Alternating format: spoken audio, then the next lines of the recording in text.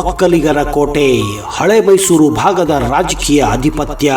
ದಶಕಗಳ ಕಾಲ ದೇವೇಗೌಡರ ಕುಟುಂಬವೇ ಈ ಮಣ್ಣಿನ ರಾಜಕೀಯದ ಅಲಿಖಿತ ನಾಯಕರಾಗಿದ್ದರು. ಆದರೆ ಅದೇ ಕೋಟೆ ಒಳಗೆ ನುಗ್ಗಿ ದೇವೇಗೌಡರ ಕುಟುಂಬಕ್ಕೆ ಪ್ರಬಲ ಪರ್ಯಾಯವಾಗಿ ಬೆಳೆದವರೇ ಟ್ರಬಲ್ ಶೂಟರ್ ಡಿ.ಕೆ. ಶಿವಕುಮಾರ್. ರಾಜಕೀಯದ ಈ ಇಬ್ಬರು ದೈತ್ಯರ ನಡುವಿನ ಈ ಜಿದ್ದಾಜಿದ್ದಿ ಕೇವಲ ವೈಯಕ್ತಿಕವಲ್ಲ, ಅದು ಅಧಿಕಾರದ ಉತ್ತುಂಗಕ್ಕೇರಲು ನಡೆಯುತ್ತಿರುವ ಒಂದು ಮಹಾ ಸಮರ. ಇವತ್ತಿನ ಈ ವಿಡಿಯೋದಲ್ಲಿ ನಾವು ದೇವೇಗೌಡ ವರ್ಸಸ್ ಡಿ.ಕೆ.ಶಿ ನಡುವಿನ ಆ ರೋಚಕ ರಾಜಕೀಯ ಕಥೆಯನ್ನ ಒಂದೊಂದಾಗಿ ಹೇಳೋಕೆ ಹೋಗ್ತಾ ಇದ್ದೀವಿ. ನಮಸ್ಕಾರ ಸ್ನೇಹಿತರೆ. ಕರ್ನಾಟಕದ ರಾಜಕಾರಣ ಎಂದ ತಕ್ಷಣ ಮೊದಲಿಗೆ ನೆನಪಾಗೋದು ಈ ಇಬ್ಬರು ನಾಯಕರು. ಒಬ್ಬರು ಮಣ್ಣಿನ ಮಗ ದೇವೇಗೌಡರು, ಇನ್ನೊಬ್ಬರು ಕಾಂಗ್ರೆಸ್ನ ಪವರ್ ಸೆಂಟರ್ ಡಿ.ಕೆ. ಶಿವಕುಮಾರ್. ಇವರ ನಡುವಿನ ಸಂಬಂಧ ಎಂತಹದ್ದು? ಇವರು ಎದುರಾಳಿಗಳೇ ಅಥವಾ ಕಾಲದ ಅನಿವಾರ್ಯತೆಗೆ ಹೊಂದಿಕೊಳ್ಳುವ ರಾಜಕಾರಣಿಗಳೇ? ಬನ್ನಿ ಮೊದಲು ದೇವೇಗೌಡರ ಲೈಫ್ ಅನ್ನ ಇಂಚಿಂಚಾಗಿ ತಿಳಿದುಕೊಳ್ಳೋಣ. ದೇವೇಗೌಡರನ್ನ ಎಲ್ಲರೂ ಊರಿನಲ್ಲಿ ಹಾಗೂ ಮನೆಯಲ್ಲಿ ದೇವು ಹಾಗೂ ದೇವಣ್ಣ ಎಂದು ಸಂಬೋಧಿಸುತ್ತಿದ್ದರು. ದೇವೇಗೌಡರಿಗೆ ಚಿಕ್ಕಂದಿನಿಂದಲೂ ರಾಗಿ ಮುದ್ದೆ ಹಾಗೂ ಮಟನ್ ಸಾರು ಅಂದ್ರೆ ಪಂಚಪ್ರಾಣ. ದೇವೇಗೌಡರು 1950ರ ದಶಕದ ಆರಂಭದಲ್ಲಿ ಹಾಸನದ LV ಪಾಲಿಟೆಕ್ನಿಕ್ನಿಂದ ಸಿವಿಲ್ ಇಂಜಿನಿಯರಿಂಗ್ ಡಿಪ್ಲೊಮಾ ಪಡೆಯುತ್ತಾರೆ. ವಿದ್ಯಾರ್ಥಿ ಜೀವನದಲ್ಲಿ ಅವರು ಸ್ವಾತಂತ್ರ್ಯ ಚಳವಳಿಯಲ್ಲಿ ಧುಮುಕುತ್ತಾರೆ. ಗೌಡರು 1953ರಲ್ಲಿ ಭಾರತೀಯ ರಾಷ್ಟ್ರೀಯ ಕಾಂಗ್ರೆಸ್ ಪಕ್ಷವನ್ನು ಸೇರುತ್ತಾರೆ ಮತ್ತು 1962ರವರೆಗೆ ಸದಸ್ಯರು ಕೂಡ ಆಗಿದ್ದರು. ಆ ಅವಧಿಯಲ್ಲಿ ಅವರು ಹೊಳೆನರಸೀಪುರದ ಆಂಜನೇಯ ಸಹಕಾರಿ ಸಂಘದ ಅಧ್ಯಕ್ಷರು ಕೂಡ ಆಗಿದ್ದರು. ನಂತರ ಹೊಳೆನರಸೀಪುರ ತಾಲೂಕಿನ ಅಭಿವೃದ್ಧಿ ಮಂಡಳಿಯ ಸದಸ್ಯರಾಗಿದ್ದರು. ಅವರು 1954ರಲ್ಲಿ ಚೆನ್ನಮ್ಮ ಅವರನ್ನ ವಿವಾಹ ಆಗುತ್ತಾರೆ. ಅವರಿಗೆ 6 ಜನ ಮಕ್ಕಳಿದ್ದಾರೆ. ರಾಜಕಾರಣಿಗಳಾದ ಎಚ್ ಡಿ ರೇವಣ್ಣ ಮತ್ತು ಕರ್ನಾಟಕದ ಮಾಜಿ ಮುಖ್ಯಮಂತ್ರಿ ಎಚ್.ಡಿ. ಕುಮಾರಸ್ವಾಮಿ ಸೇರಿದಂತೆ 4 ಪುತ್ರರು ಮತ್ತು 2 ಪುತ್ರಿಯರಿದ್ದಾರೆ. 1962ರಲ್ಲಿ ಅವರಿಗೆ ಕಾಂಗ್ರೆಸ್ ಟಿಕೆಟ್ ಸಿಗದ ಕಾರಣ ಗೌಡರು ಸ್ವತಂತ್ರ ಅಭ್ಯರ್ಥಿಯಾಗಿ ಹೊಳೆನರಸೀಪುರ ಕ್ಷೇತ್ರದಿಂದ ಕರ್ನಾಟಕ ವಿಧಾನಸಭೆಗೆ ಆಯ್ಕೆಯಾಗುತ್ತಾರೆ. ನಂತರ ಅವರು 1962ರಿಂದ 1989ರವರೆಗೆ ಸತತ 6 ಬಾರಿ ಇದೇ ಕ್ಷೇತ್ರದಿಂದ ವಿಧಾನಸಭೆಗೆ ಆಯ್ಕೆಯಾಗಿದ್ದರು.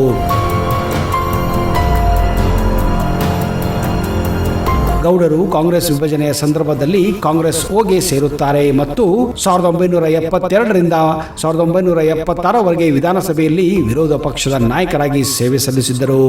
ನವೆಂಬರ್ 1976ರಿಂದ ಡಿಸೆಂಬರ್ 1977ರವರೆಗೆ ತುರ್ತು ಪರಿಸ್ಥಿತಿಯ ಸಮಯದಲ್ಲಿ ಅವರು ಬೆಂಗಳೂರಿನ ಸೆಂಟ್ರಲ್ ಜೈಲಿನಲ್ಲಿ ಬಂಧಿಸಲ್ಪಟ್ಟಿದ್ದರು.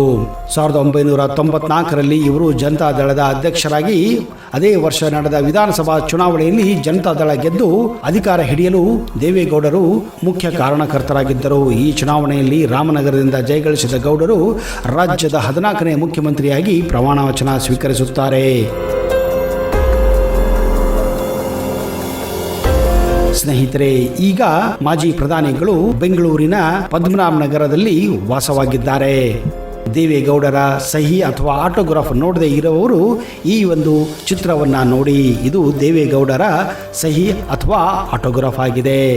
ಸ್ನೇಹಿತರೆ, ಭಾರತ ಕಂಡ ಒಬ್ಬ ಅತ್ಯುತ್ತಮ ರಾಜಕಾರಣಿ, ಮಣ್ಣಿನ ಮಗ ಹಾಗೂ ಕರ್ನಾಟಕವನ್ನು ಪ್ರತಿನಿಧಿಸಿದ ಕೇವಲ ಒಬ್ಬರೇ ಪ್ರಧಾನಮಂತ್ರಿಗಳು, ಅವರು ನಮ್ಮ ದೇವೇಗೌಡರಾಗಿದ್ದಾರೆ. ದೇವೇಗೌಡರ ಬಗ್ಗೆ ನೀವು ಈಗ ತಿಳಿದುಕೊಂಡಾಗಿತ್ತು. ಈಗ ಟ್ರಬಲ್ ಶೂಟರ್ ಡಿ.ಕೆ. ಶಿವಕುಮಾರ್ ಅವರ ಪರ್ಸನಲ್ ಲೈಫ್ ಹೇಗಿತ್ತು, ಕಾಲೇಜ್ ಡೇಸ್ ಹೇಗಿತ್ತು, ರಾಜಕೀಯಕ್ಕೆ ಅವರ ಎಂಟ್ರಿ ಹೇಗಿತ್ತು ಅನ್ನೋದನ್ನ ಒಂದೊಂದಾಗಿ ನಿಮಗೆ ಕೊಡ್ತಾ ಇದ್ದೀನಿ. ಕಾಂಗ್ರೆಸ್ನ ಟ್ರಬಲ್ ಶೂಟರ್ ಎಂದೇ ಕರೆಯಲ್ಪಡುವ ದೊಡ್ಡಲಹಳ್ಳಿ ಕೆಂಪೇಗೌಡ ಶಿವಕುಮಾರ್ ಅಲಿಯಾಸ್ ಡಿ.ಕೆ. ಶಿವಕುಮಾರ್ ಕನಕಪುರ ತಾಲೂಕು ದೊಡ್ಡಲಹಳ್ಳಿ ಗ್ರಾಮದ ಶ್ರೀ ಕೆಂಪೇಗೌಡ ಹಾಗೂ ಶ್ರೀಮತಿ ಗೌರಮ್ಮ ದಂಪತಿಯ ಪ್ರಥಮ ಪುತ್ರರಾಗಿ ಜನಿಸುತ್ತಾರೆ. ಡಿ.ಕೆ. ಶಿವಕುಮಾರ್ ಹುಟ್ಟಿದ್ದು ಮೇ 15, 1962ರಂದು. ಇವರಿಗೆ ಒಬ್ಬ ಕಿರಿಯ ಸಹೋದರ ಕೂಡ ಇದ್ದಾರೆ. ಅವರೇ ಡಿ.ಕೆ. ಸುರೇಶ್. ಅವರು ಕೂಡ ಒಬ್ಬ ರಾಜಕಾರಣಿಯಾಗಿದ್ದಾರೆ. ಡಿ.ಕೆ. ಶಿವಕುಮಾರ್ ಬೆಂಗಳೂರಿನ ವಿದ್ಯಾವರ್ಧಕ ಸಂಘದಲ್ಲಿ SSLC ಪಾಸು ಮಾಡುತ್ತಾರೆ. ಬೆಂಗಳೂರಿನ ಹೈದರಾಬಾದ್ ಕರ್ನಾಟಕ ಎಜುಕೇಶನ್ ಸೊಸೈಟಿಯಲ್ಲಿ ಮುಂದೆ ಪಿಯುಸಿಯನ್ನ ಮುಗಿಸುತ್ತಾರೆ. ಬೆಂಗಳೂರಿನ ಶ್ರೀ ಜಗದ್ಗುರು ರೇಣುಕಾಚಾರ್ಯ ಕಾಲೇಜಿನಿಂದ BA ಪದವಿ ಪಡೆಯುತ್ತಾರೆ. ಮೈಸೂರಿನ ಕರ್ನಾಟಕ ರಾಜ್ಯ ಮುಕ್ತ ವಿಶ್ವವಿದ್ಯಾಲಯದಲ್ಲಿ ರಾಜ್ಯಶಾಸ್ತ್ರ ಪದವಿಯಲ್ಲಿ MA ಸ್ನಾತಕೋತ್ತರ ಪದವಿಯನ್ನು ಕೂಡ ಪಡೆಯುತ್ತಾರೆ. ಇವರು ತಮ್ಮ ಕಾಲೇಜು ದಿನಗಳಲ್ಲಿ ರಾಜಕೀಯಕ್ಕೆ ಧುಮುಕಿದ್ದರು. 1993ರಲ್ಲಿ DK ಶಿವಕುಮಾರ್ ಅವರು ಉಷಾ ಎಂಬವರನ್ನ ಮದುವೆಯಾಗುತ್ತಾರೆ. ಈಗ ಅವರಿಗೆ 3 ಜನ ಮಕ್ಕಳಿದ್ದಾರೆ. DK ಶಿವಕುಮಾರ್ ಅವರ ದೊಡ್ಡ ಮಗಳ ಹೆಸರು ಐಶ್ವರ್ಯ DK ಶಿವಕುಮಾರ್. ಅವರಿಗೆ ಒಬ್ಬ ಓರ್ವ ಪುತ್ರ ಕೂಡ ಇದ್ದು ಇವರ ಹೆಸರು ಆಕಾಶ್ DK ಶಿವಕುಮಾರ್. DK ಶಿವಕುಮಾರ್ ಅವರ 2ನೇ ಮಗಳ ಹೆಸರು ಆಭರಣ DK ಶಿವಕುಮಾರ್ ಅವರು ಬೆಂಗಳೂರಿನಲ್ಲಿ ವ್ಯಾಸಂಗ ಮಾಡುತ್ತಿದ್ದಾರೆ. DK ಶಿವಕುಮಾರ್ ಅವರ ಮಗಳು ಐಶ್ವರ್ಯ ಅವರು ಫೆಬ್ರವರಿ 14, 2021ರಂದು ಕಾಫಿ ಡೇ ಸಂಸ್ಥಾಪಕ ಸಿದ್ಧಾರ್ಥ ಅವರ ಮಗ ಅಮರ್ಥ್ಯ ಅವರ ಜೊತೆ ಸಪ್ತಪದಿಯನ್ನು ತುಳಿದಿರುವ ವಿಷಯ ನಿಮಗೆಲ್ಲ ಗೊತ್ತಿದೆ. DK ಶಿವಕುಮಾರ್ ಸದ್ಯ ಈಗ ಕನಕಪುರ ಶಾಸಕರಾಗಿದ್ದಾರೆ. ಒಬ್ಬ ಸಾಮಾನ್ಯ ಮಧ್ಯಮ ವರ್ಗದ ಕುಟುಂಬದಲ್ಲಿ ಜನಿಸಿ ತಮ್ಮ ಬಾಲ್ಯವನ್ನ ತಮ್ಮ ಹಳ್ಳಿಯಲ್ಲಿ ಕಳೆದ ಶಿವಕುಮಾರ್ ಅವರಿಗೆ ತಮ್ಮ ಊರಿನ ವಾತಾವರಣ ಹಾಗೂ ತಾವು ವಾಸಿಸುತ್ತ ಮನೆ ಅಂದರೆ ಪಂಚಪ್ರಾಣ. 1985ರಲ್ಲಿ ಮೊದಲ ಬಾರಿಗೆ ಸಾತನೂರು ಕ್ಷೇತ್ರದಲ್ಲಿ JDSನ HD ದೇವೇಗೌಡರ ವಿರುದ್ಧ ಸ್ಪರ್ಧೆ ಮಾಡಿ ಸೋಲನ್ನೊಪ್ಪಿದ್ದರು. 1987ರಲ್ಲಿ ಸಾತನೂರು ಕ್ಷೇತ್ರದಿಂದ ಬೆಂಗಳೂರು ಗ್ರಾಮಾಂತರ ಜಿಲ್ಲಾ ಪಂಚಾಯಿತಿ ಸದಸ್ಯರಾಗಿ ಮುಂದೆ ಆಯ್ಕೆಯಾಗುತ್ತಾರೆ. 1989ರಲ್ಲಿ ಸಾತನೂರು ಕ್ಷೇತ್ರದಿಂದ ಮೊಟ್ಟ ಮೊದಲ ಬಾರಿಗೆ ಚುನಾವಣೆ ಗೆಲ್ಲುವ ಮೂಲಕ ವಿಧಾನಸಭೆಗೆ ಆಯ್ಕೆಯಾಗುತ್ತಾರೆ. 1991ರಲ್ಲಿ S ಬಂಗಾರಪ್ಪ ಸಂಪುಟದಲ್ಲಿ ಬಂದಿಖಾನೆ ಸಚಿವರಾಗಿ ಪ್ರಮಾಣ ವಚನ ಸ್ವೀಕಾರ ಮಾಡಿದ್ದರು. 2008ರಲ್ಲಿ ಕ್ಷೇತ್ರ ಪುನರ್ವಿಂಗಡೆ ಬಳಿಕ ಕನಕಪುರ ಕ್ಷೇತ್ರದಿಂದ ಗೆಲುವನ್ನ ಸಾಧಿಸುತ್ತಾರೆ. DK ಶಿವಕುಮಾರ್ ಅವರ ಬಗ್ಗೆ ಹಲವಾರು ಊಹಾಪೋಹಗಳು ಕೂಡ ಇವೆ. ಅದೇನೆಂದ್ರೆ ಅಕ್ರಮ ಗಣಿಗಾರಿಕೆ ಮತ್ತು ಸಂಪತ್ತು ಲೂಟಿ ಹಾಗೂ DK ಶಿವಕುಮಾರ್ ಒಂದು ಕಾಲದಲ್ಲಿ ರೌಡಿ ಭೂಗತ ದೊರೆ ಕೊತ್ವಾಲ್ ರಾಮಚಂದ್ರನ ರೈಟ್ ಹ್ಯಾಂಡ್ ಆಗಿದ್ದರು ಎಂದು ಅಂದಿನ ಅರಣ್ಯ ಖಾತೆ ಸಚಿವ CP ಯೋಗೇಶ್ವರ್ ಗಂಭೀರ ಆರೋಪ ಕೂಡ ಮಾಡಿದ್ದರು. ಆದರೆ ಇದು ಎಷ್ಟು ಸುಳ್ಳು ಎಷ್ಟು ನಿಜ ಅನ್ನೋದು ಆ ದೇವರಿಗೆ ಬಲ್ಲ ಅಥವಾ DK ಶಿವಕುಮಾರ್ ಅವರೇ ಬಲ್ಲರು ಎಂದು ಹೇಳಲಾಗುತ್ತಿದೆ.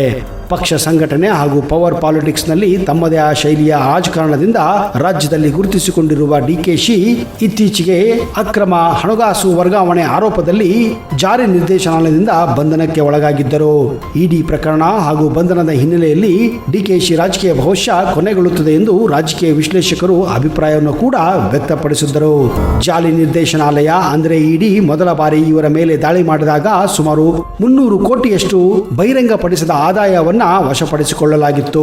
ಸೆಪ್ಟೆಂಬರ್ 3, 2019ರಂದು ಮನಿ ಲಾಂಡ್ರಿಂಗ್ ಮತ್ತು ಆದಾಯ ತೆರಿಗೆ ವಂಚನೆ ಆರೋಪದ ಮೇಲೆ ಅವರನ್ನ ಬಂಧಿಸಲಾಗಿತ್ತು. ಆಮೇಲೆ ಕೆಲವು ದಿನಗಳ ಕಾಲ ಅವರು ತಿಹಾರ್ ಜೈಲಲ್ಲೂ ಕೂಡ ಇದ್ದರು. ಆಮೇಲೆ ಅವರಿಗೆ ಈಗ ನಿರೀಕ್ಷಣಾ ಜಾಮೀನಿನ ಮೇಲೆ ಹೊರಗಡೆ ಇದ್ದಾರೆ.